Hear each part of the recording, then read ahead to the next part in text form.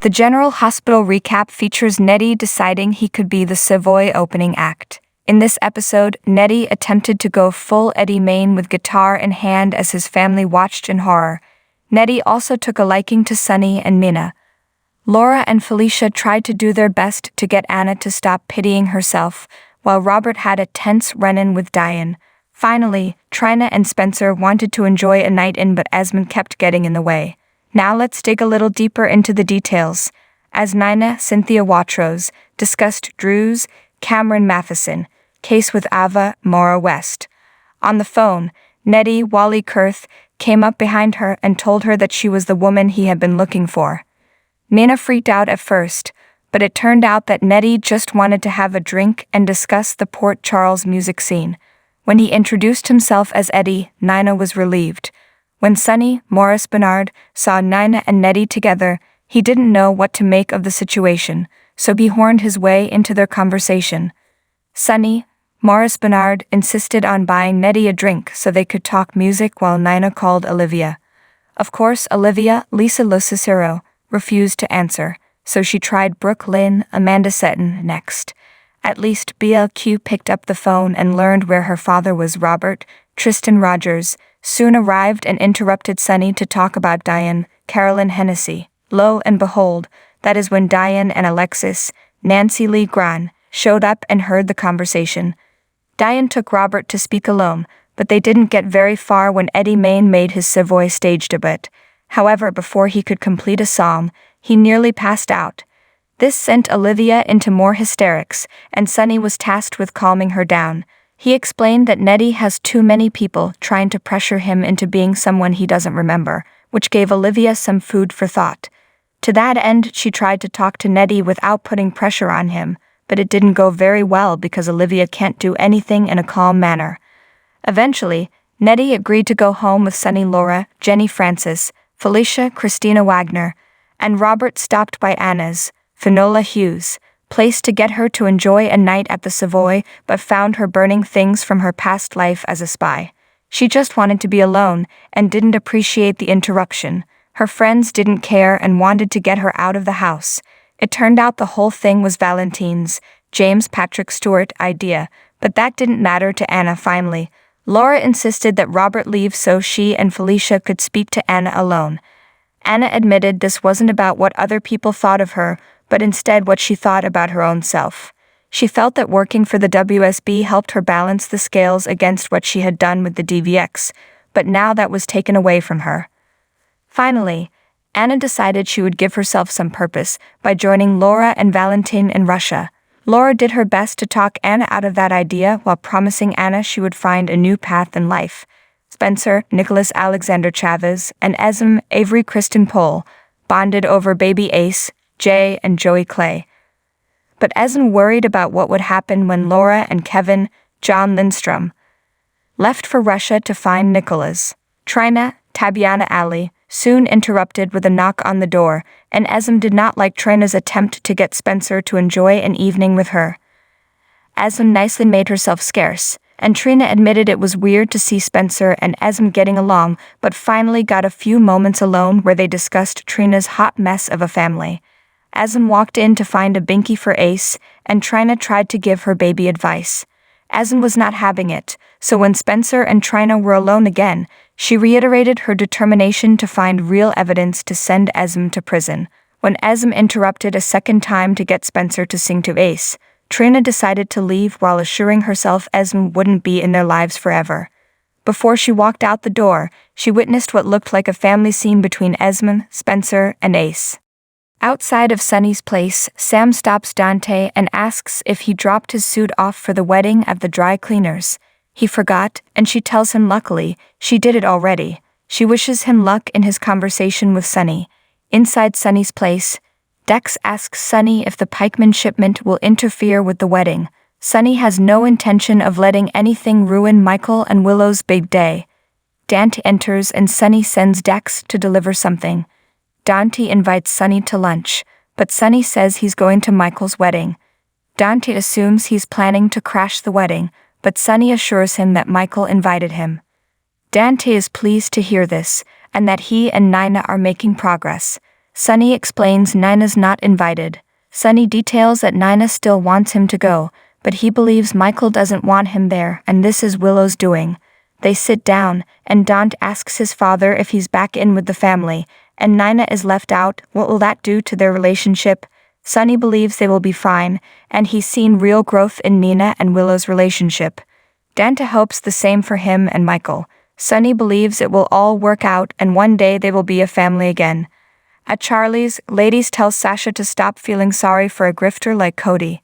Sasha says Cody has always been nice to her, but Gladys knows men like him and she can't trust him or the nonsense he might spout. Sam stops by Charlie's and sees Sasha with Gladys. Christina joins her sister and says, "Wow, if looks could kill." Sam hears Gladys badmouthing Cody to Sasha. Christina sees Sam has a garment bag and asks if it's her dress for the wedding. Sam says it's her dress for the day, which she wants back, unlike half the stuff she's lent her over the years and never seen again.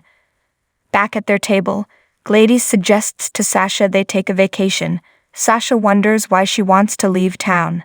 Sasha soon realizes next month is the 2-year anniversary of when she was shot. Gladys blames herself for getting involved with Cyrus and those shady people. Sasha tells her that she has come a long way since then. Sasha says she can't get away, but she should take that trip. She has to run and takes off.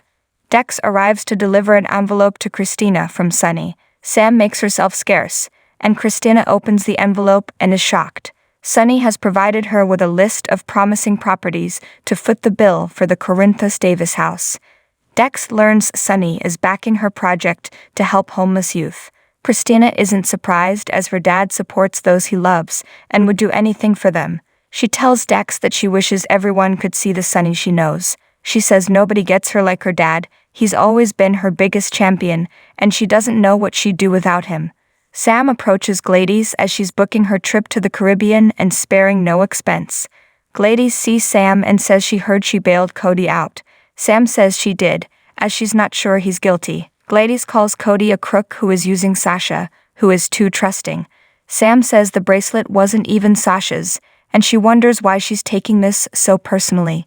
Gladys notes she was the one wearing the bracelet, and would have been responsible for replacing it. She warns Sam that trusting Cody would be a mistake. Sam asks, "A mistake for me or you?" In the Quartermain kitchen, Brooklyn catches Cody sneaking around. He claims he's out of cereal, but she assumes he's trying to find out if he's fired. Brooklyn says her dad wanted to fire him, but she talked him out of it. She also knows Gladys is a walking mess, but wants to know how the bracelet ended up in his coat pocket. He swears he has no idea how it got in his pocket, and he was framed. Brooklyn asks where his proof is. He says he doesn't have any.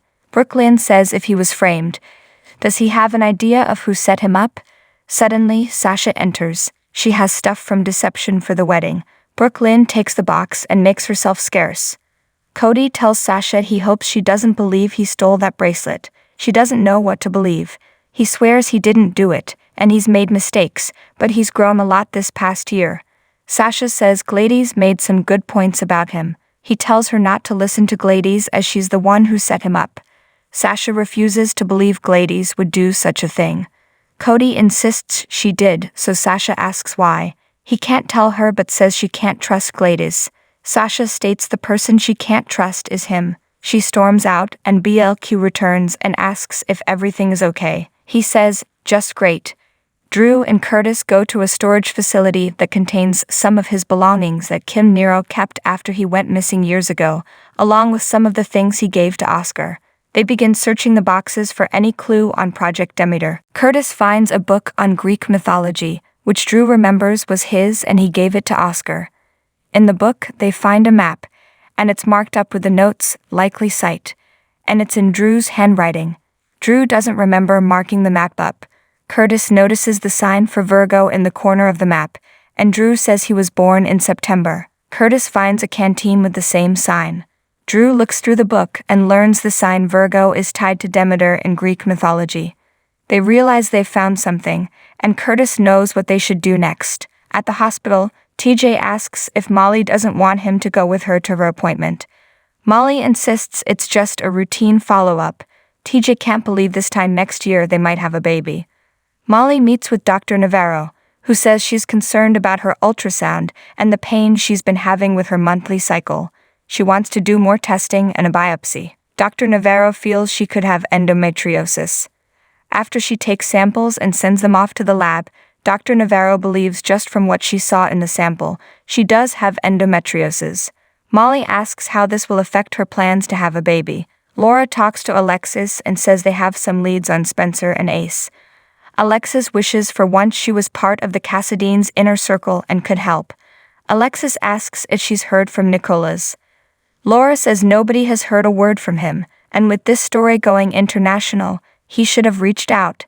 Alexis suggests Nicholas could be captive too.